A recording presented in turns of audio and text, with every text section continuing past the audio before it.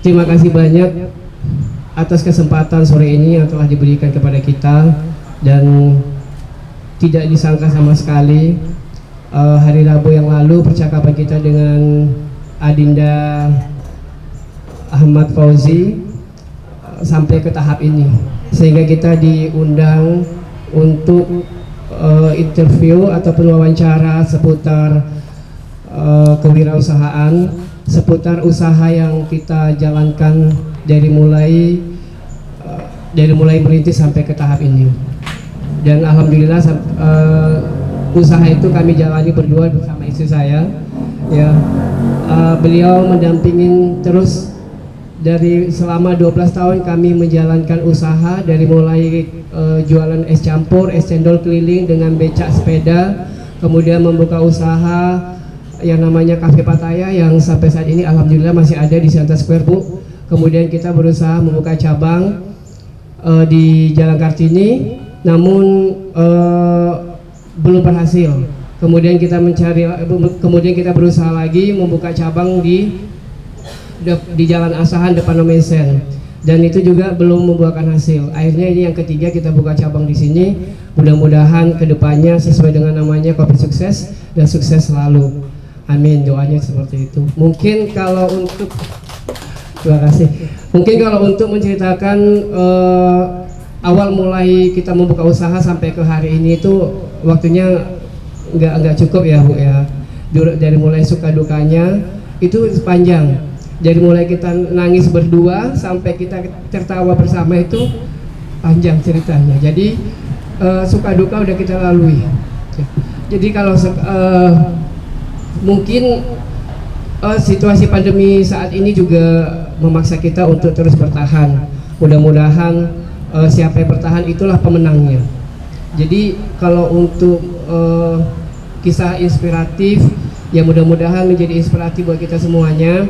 Tapi kalau dibilang sukses, ya mudah-mudahan sukses. Itu sukses tergantung dari sudut pandang kita masing-masing. Ya, mungkin ada tambahan sedikit dari istri saya atau ada pertanyaan dari Ibu mau ngomong? Mungkin akan dilanjutkan dengan pertanyaan-pertanyaan yang akan disampaikan oleh adik-adik semua. Terima kasih. Terima kasih Pak atas kisah inspiratifnya yang sedikit sudah disampaikan kepada Bapak. Di sini tadi sebenarnya udah ada beberapa poin yang dijawab oleh Bapak, ya. Sudah berapa? Tadi saya ingin menanyakan sudah berapa lama kafenya beroperasi seperti itu. Dan kita sudah dengar sendiri kalau misalkan Bapak bilang udah 12 tahun, cukup lama. Untuk sebuah usaha, saya rasa ini udah cukup lama, 12 tahun ya. Dan saya juga penasaran, apa sih yang menjadi motivasi Bapak memilih untuk membuka kafe gitu? Kenapa harus kafe, kenapa nggak usaha yang lain seperti itu, Pak? Itu saya pengen tahu aja gitu. Mungkin teman-teman di sini dan juga ibu-ibu dosen dan Bapak juga pengen tahu juga gitu. Boleh dikasih penjelasannya sedikit, Pak? Terima kasih banyak atas pertanyaannya. Dalam memulai usaha itu kan kita harus melihat passionnya kita di mana. Ya, kalau kita passionnya di menjual busana, ya mungkin kita cocoknya memang menjual busana. Bisa online, bisa offline. Tapi saya dari kecil memang dari saya SD itu saya sudah hobi memasak. Ya, dari SD itu saya sudah hobi memasak. Dulu zamannya SD kalau emak saya itu nggak masak apa-apa, saya ambil cabai, saya ambil terasi, saya ambil bawang merah, bawang putih, saya ulek-ulek, kemudian saya buat nasi goreng sendiri, kemudian buat dada sendiri, seperti itu. Jadi kenapa saya terinspirasi buka kafe itu karena yang pertama saya doyan makan, hobi banget saya makan. Kalau jalan kemana-mana itu saya mencari kuliner. Saya itu akan mencoba makanannya dari segi rasanya, tampilannya dan segala macamnya, pelayanannya itu saya paling hobi kuliner dari satu tempat ke tempat yang lain. Jadi itu menjadikan inspirasi buat saya kenapa saya buka kafe, kenapa saya nggak buka dunia fashion atau yang lain-lain, karena memang nggak hobi saya di situ, hobi saya memang dimasak. Nah, mudah-mudahan dari memasak itulah saya terinspirasi buka kafe itu. Dan buka kafe itu juga dipengaruhi dari pengalaman saya dulu waktu saya menjadi TKI di Malaysia. itu saya juga di sana bekerja di rumah makan. Alhamdulillah waktu bekerja di sana itu alhamdulillah Bu, tanpa sengaja, tanpa di luar dugaan, posisi saya terakhir itu sebagai manajer Bu. Ya, adik-adik, posisi saya waktu terakhir saya bekerja di Malaysia itu sebagai manajer, dan saya menjaga 2 outlet. Dan begitu saya pulang kemari, saya aplikasikan melalui pengalaman saya dari mulai manajemennya, kemudian yang lain-lainnya itu saya aplikasikan di kafe saya. Jadi dulu di Siantar belum waktu kita makan itu belum ada yang namanya menu, belum ada yang namanya uniform atau seragam. Kita yang mulainya dulu di Siantar Square itu kita pakai seragam, kita pakai menu, kita pakai SOP-nya begitu. Mungkin ada tambahan dari dulu kami berdua ya Bu, adik-adik semua, kami ini mantan-mantan TKI.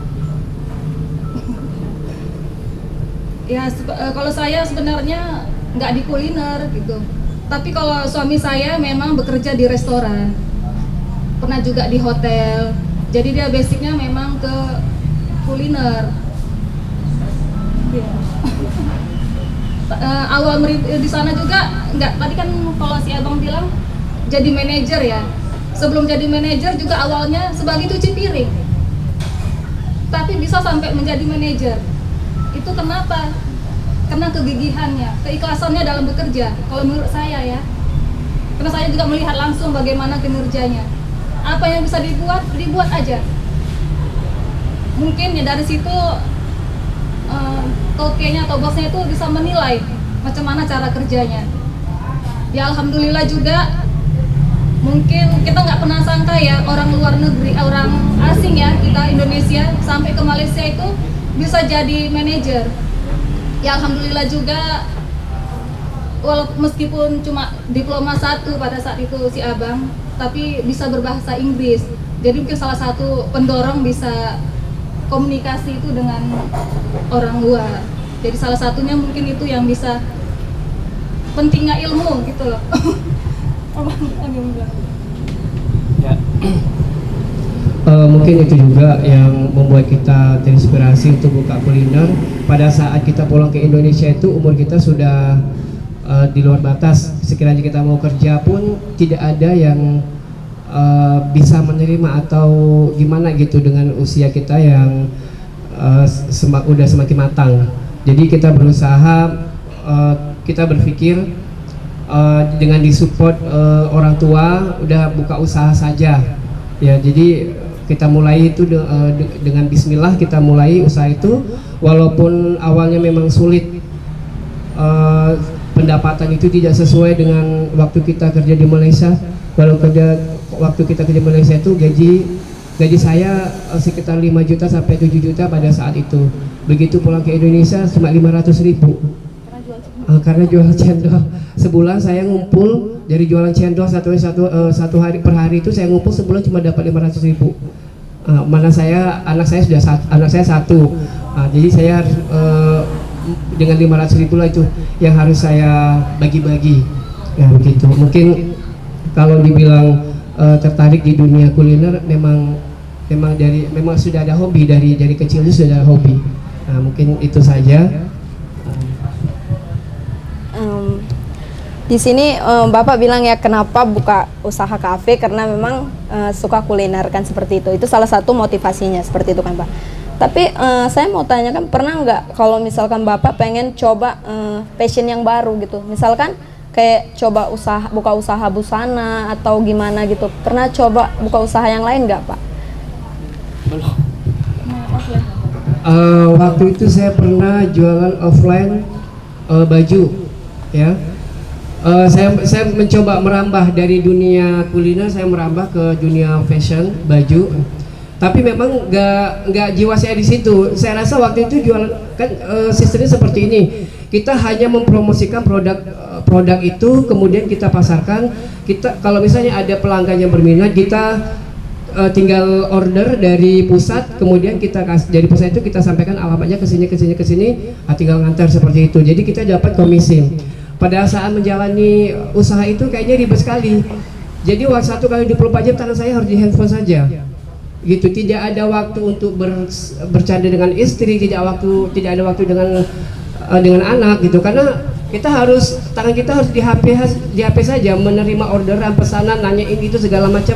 Belum lagi nanti kalau kita melihat size ini sudah tidak ada, kosong, kita harus apalagi sana. Jadi saya rasa itu ribet, kayaknya lebih ribet dari dunia masak.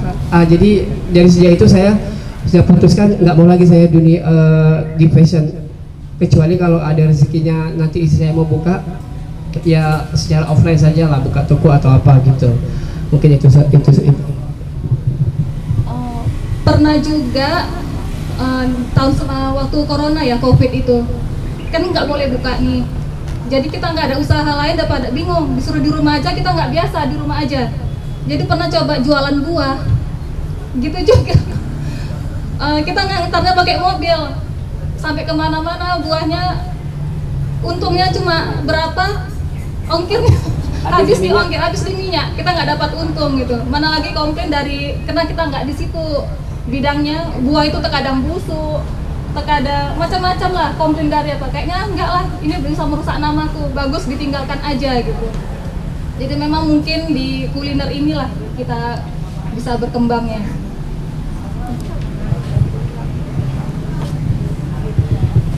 Tadi juga Bapak kan bilang Bapak di Malaysia ya kalau nggak salah, itu sempat udah jadi dapat posisi sebagai manajer.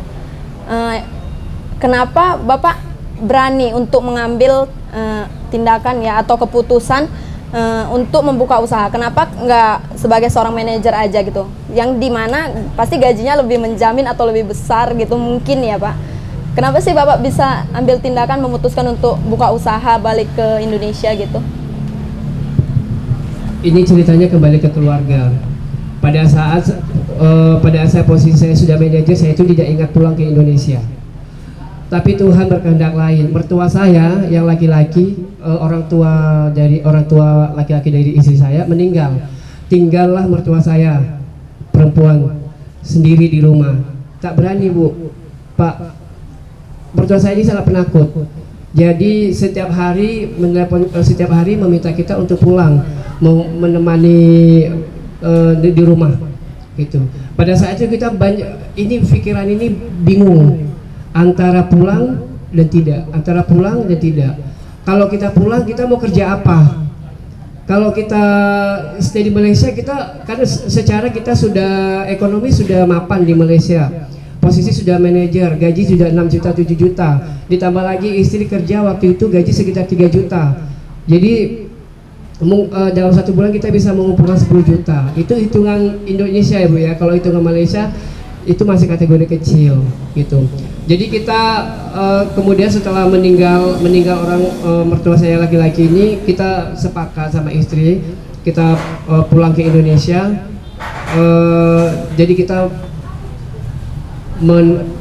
menemani orang tua di Indonesia ini sambil membuka usaha kecil-kecilan awalnya. Jadi dengan doa orang tua itulah alhamdulillah usaha kita berkembang. Kalau dulu kita di Malaysia itu memang gaji stagnan mungkin sekitar 10 juta, tapi sejak kita buka usaha itu lebih dari segitu ternyata kita bisa dapatkan. Kalau dulu pernah kita peribahasanya hujan batu di negeri sendiri, hujan emas di negara orang. Tapi alhamdulillah dengan buka usaha ini kita bisa menciptakan hujan emas di negara sendiri. Mungkin terinspirasi, termotivasi dengan doa orang tua itu tadi, makanya kita berani buka usaha itu. Keren ya, Bapak ini menciptakan sendiri peribahasa kalau hujan emas di negeri sendiri. Sementara peribahasa sebelumnya hujan emas di negeri lain kayak gitu ya kan. Kirain tadi Bapak mau bilang nggak apa-apa hujan batu di negeri sendiri, yang penting batunya batu aki. Kirain ya kan, udah nungguin gitu kan, kayaknya mau bilang gitu, rupanya enggak juga. Ya nggak apa-apa ya kan Pak. Sekalian jokes untuk ini Pak. Bu, iya biar tukang, kayaknya dari tadi kita agak nggak relax gitu ya Pak. Saya memang kayak gitu Pak, tukang bercanda. Jadi gini Pak, saya mau nanya, ini ada beberapa hal gitu. Seperti yang kita ketahui kan Pak, COVID hampir 2 tahun terjadi di Indonesia gitu kan Pak. Jadi pernah nggak kayak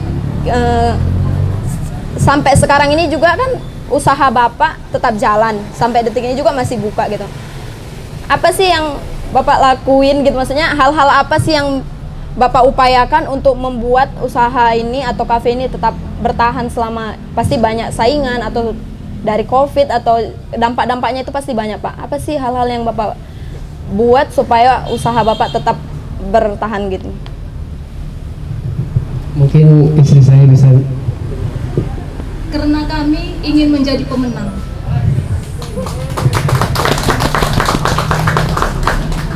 Karena siapa yang bertahan itulah pemenangnya.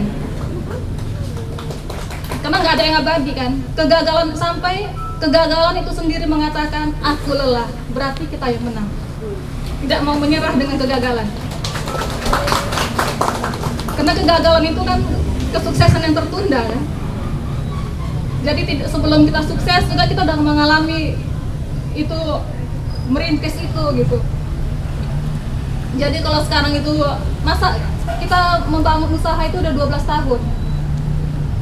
Masa kita kalah dari masa 10 tahun harus kalah dengan yang 2 tahun. 10 tahun itu kita bisa bangkit, bisa merasakan enaknya. Masa ada gara-gara 2 tahun COVID kita harus kalah? Kan enggak. Jadi kayak manapun harus tetap semangat.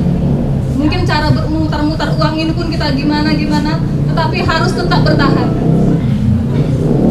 Tidak mudah menciptakan sebuah nama. Walaupun katanya apalah arti sebuah nama. Tapi dengan nama itulah kita bisa berdiri saat ini. Jadi tidak mungkin rasanya untuk meninggalkan itu, tidak.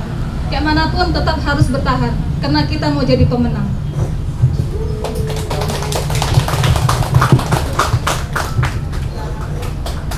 Ingin jadi pemenang itu hak semua orang ya, jadi termasuk kami salah satunya ingin jadi pemenang di tengah pandemi seperti ini. Walaupun pada saat pandemi 2 tahun sudah berjalan ya, 2 tahun pandemi ini sudah berjalan, kami berusaha macam mana untuk mempertahankan usaha itu ya, macam mana untuk mempertahankan sebuah usaha itu. Jadi alhamdulillah dengan situasi seperti ini kita mencoba untuk bangkit kembali di tengah situasi seperti ini. Jadi mudah-mudahan ini menjadi inspirasi buat kita, motivasi buat kita ke depannya supaya lebih berhemat,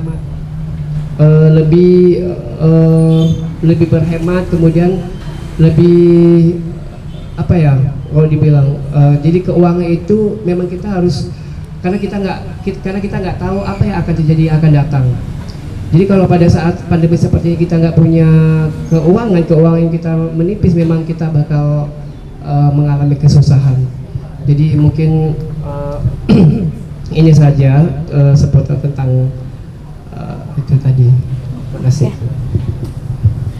Oh, jadi intinya kalau kita mau usaha kita bertahan ya kita nggak boleh nyerah sama keadaan yang datang, seperti itu ya Pak ya Bu? Badai pasti berlalu. Iya benar, badai pasti berlalu.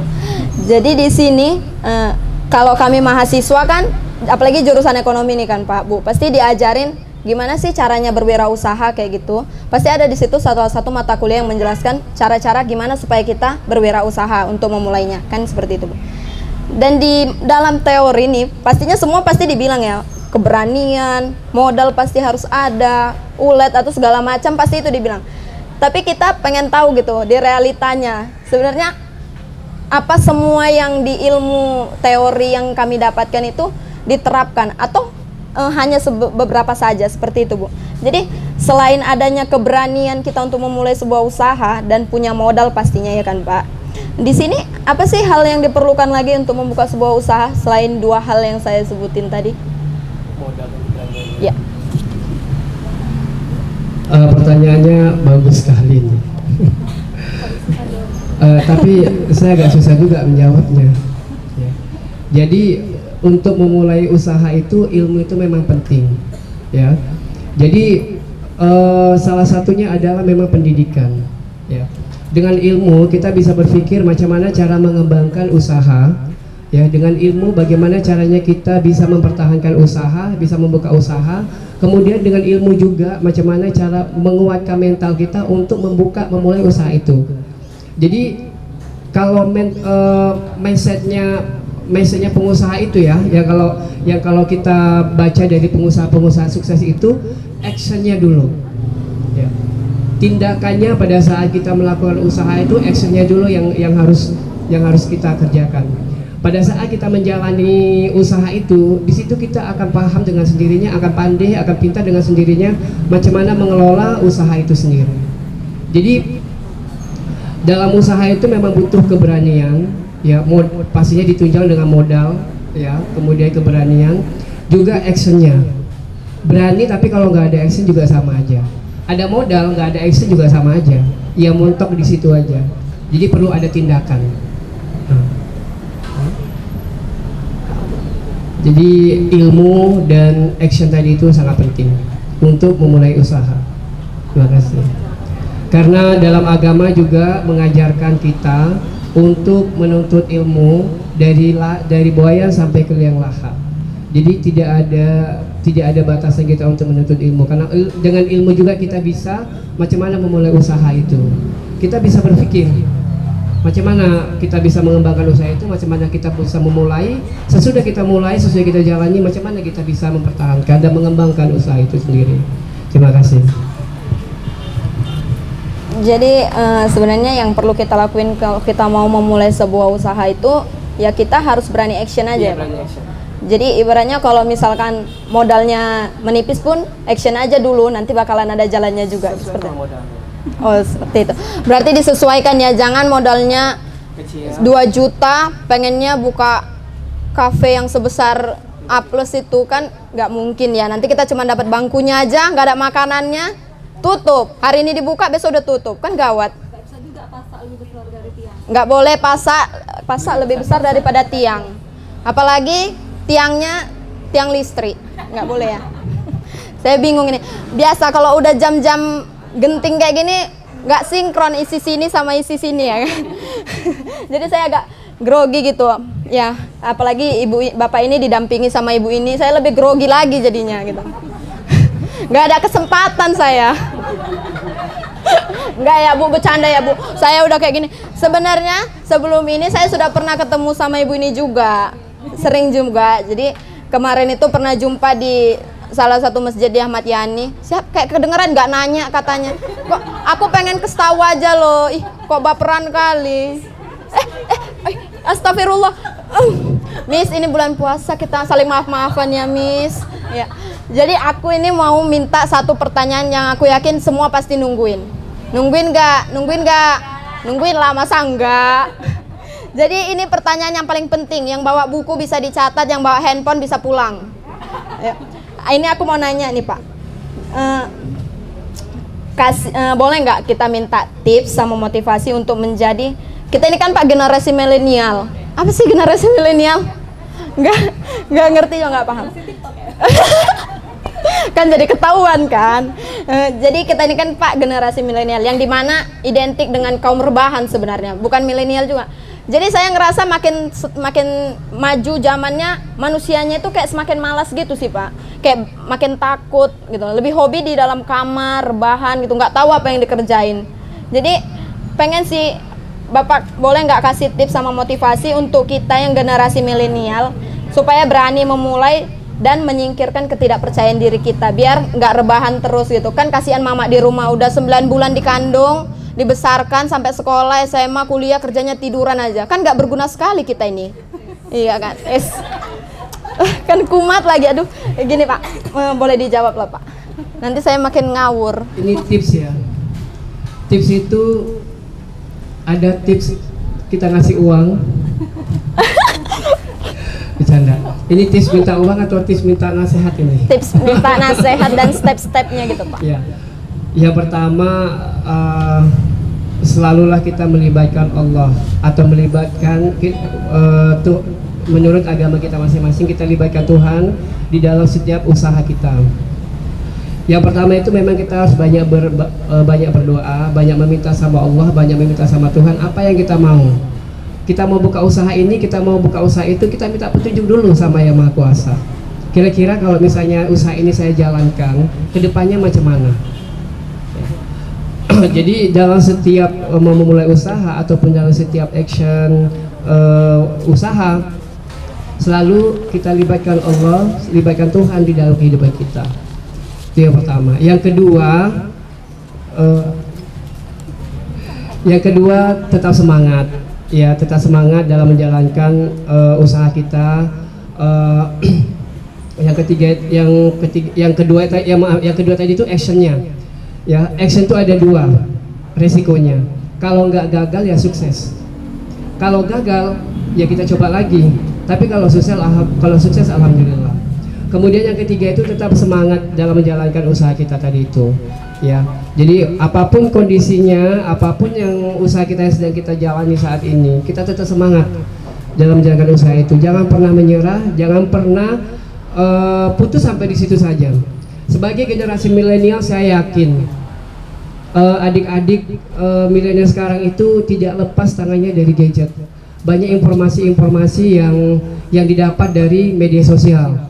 Ya, kita bisa untuk generasi milenial ini kita bisa membaca kisah-kisah orang-orang sukses. Bagaimana dia memulai usaha, bagaimana dia merintis usaha, bagaimana dia mempertahankan usahanya sampai ke tahap kesuksesannya. Nah, jadi tidak dalam memulai usaha itu memang tidak semudah membalikkan telapak tangan, dan tidak seperti membeli buahan yang harus dicoba, kemudian kalau tak cocok kita bisa lepaskan begitu saja. Jadi untuk memulai usaha itu kita juga yang keempat, kita harus tahu passion kita itu di mana. Jangan pula kita passionnya di jualan baju, tapi bukanya kafe. Nanti takutnya nggak nyambung. Jadi harus sesuaikan sama passion kita di mana gitu. Karena banyak teman-teman saya yang udah memang dia passionnya jualan handphone online, dia buka kedai handphone sebelumnya, jadi kemudian dia buka usaha rumah makan nggak jalan gitu. Jadi harus sesuaikan sama passionnya.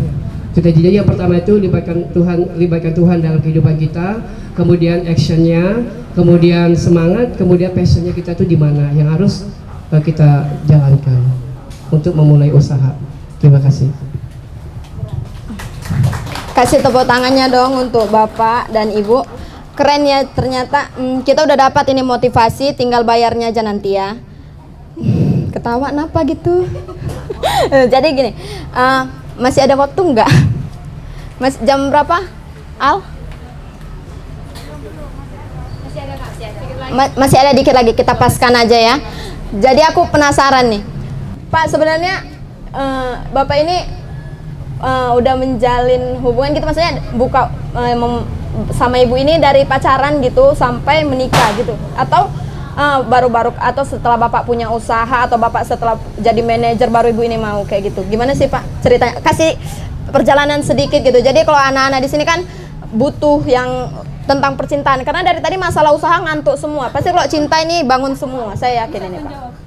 Bapak dan Ibu juga boleh jawab. Oke. Istri saya tanya, siapa jawaban? Jadi saya duluan aja. Kami dipertemukan di Malaysia, sama-sama kerja di Malaysia. Saya waktu di Siantar sama sekali, saya sekolah di YPI, istri saya sekolah di Esmea Surya, sama sekali kami tidak pernah jumpa. Ya, sama sekali kami tidak pernah jumpa. Jadi kami jumpanya itu di Malaysia. Kemudian pertemuan kami itu karena ada istilahnya apa, mak comblang. Mak comblang. Ya. Jadi ada mak comblang yang mempertemukan kami. Kebetulan mak comblang itu satu kampung saya. Dan mak comblangnya itu ada kakak angkat istri rupanya. Jadi kami dipertemukan, singkat cerita, ya jadilah pacaran. Dulu ya. belum ada hijrah apa pacaran. Kalau dulu kan pacaran keren ya. Kalau nggak pacaran itu nggak keren katanya. Jadi kalau sekarang kan, kalau kita istilah muslim sekarang kan hijrah tanpa pacaran gitu. Tapi kalau dulu kita mesti pacaran gitu. Jadi untuk kisah selanjutnya yang tahu persis istri saya, biarkan istri saya aja yang cerita. Cerita apa? Dari awal jumpa gitu? Iya. Boleh Bu, boleh Bu. Karena ini kisah apa, jadi kalau kisah cinta jadi semangat ya. Kita itu jumpa di tanggal 3 Maret 2002. Itu di Komtar ya. Hari jadiannya itu di Bukit Bendera di Pineng, Malaysia, di tanggal 31 Maret 2002. Terus kita menikah tanggal 8 Januari 2006. 4 tahun pacaran kita menikah. Tahun 2008 dikaruniai anak 1. Kita menikahnya di Ya, Indonesia. menikah di Indonesia, habis itu kembali balik lagi ke Malaysia. Di sana total kita di Malaysia 8 tahun. Sampai anak yang besar itu lahir dukun di Malaysia. Dari pulang kemari kena tadi itu ya. 2008 lahir anak yang paling besar, 2012 anak nomor 2, 2014 anak nomor 3, 2019 anak nomor 4. Itu yang kita selalu jumpa di masjid. Iya. Itu aja kan. Jadi dari mulai pacaran, kemudian menikah, kemudian sampai punya anak. Alhamdulillah anak kami 4 cowok semua Bu, ganteng-ganteng, soleh, alhamdulillah. Alhamdulillah. Bisa. Ya, nanti saya sekali nanti saya pajangkan foto anak saya di sini. Keren-keren, ganteng-ganteng, kayak saya kayaknya. Jadi anak saya yang pertama itu Bu lahir di Malaysia tapi nggak panjang umurnya, ya meninggal di Malaysia. Kemudian yang nomor 2 juga lahir di Malaysia. Yang sekarang ini itulah yang paling besar. Kemudian yang 3, 4, 5 itu lahir di Indonesia di Siantar. Itu jadi semuanya alhamdulillah sehat walafiat, tidak pernah minum susu yang lain, cuman ASI saja. Jadi kita membudayakan ASI, tidak pakai susu campuran. Biar sistem imun, karena ASI itu membuat sistem imun anak lebih kebal. Dan alhamdulillah Bu, anak saya itu jarang sakit. Alhamdulillah, terima kasih banyak sama Tuhan. Itu mungkin itu aja lah sekilas singkat cerita pertemuan kami dari mulai kami jumpa pertama. First sight ya, pandangan pertama itu tidak menggoda. Pandangan pertama saya sama situ dia menggoda. Jadi di 31 Maret itulah pandangan saya menggoda. Pandangan saya terhadap saya itu menggoda, makanya kami bisa jadian tanggal 31 Maret. Ya, sampai ke hari ini alhamdulillah, semoga sampai ke jannah. Amin. Amin ya rabbal alamin. Udah mau buka ya Bu? Iya. Biar kita tutup aja ya Pak. Jadi di sini kita tadi udah dikasih informasi seputar wirausaha dan juga pengalaman-pengalaman yang udah dibagi sama Bapak dan Ibu ya di sini. Ada juga di sini dijelaskan tentang kisah percintaannya, udah paket lengkap ya. Jadi di sini kita bisa petik beberapa poin di sini. Yang pertama, kalau kita mau buka usaha, kita harus berani memulai. Dan ketika kita membuka usaha, kita jangan pernah tinggalkan yang namanya ibadah.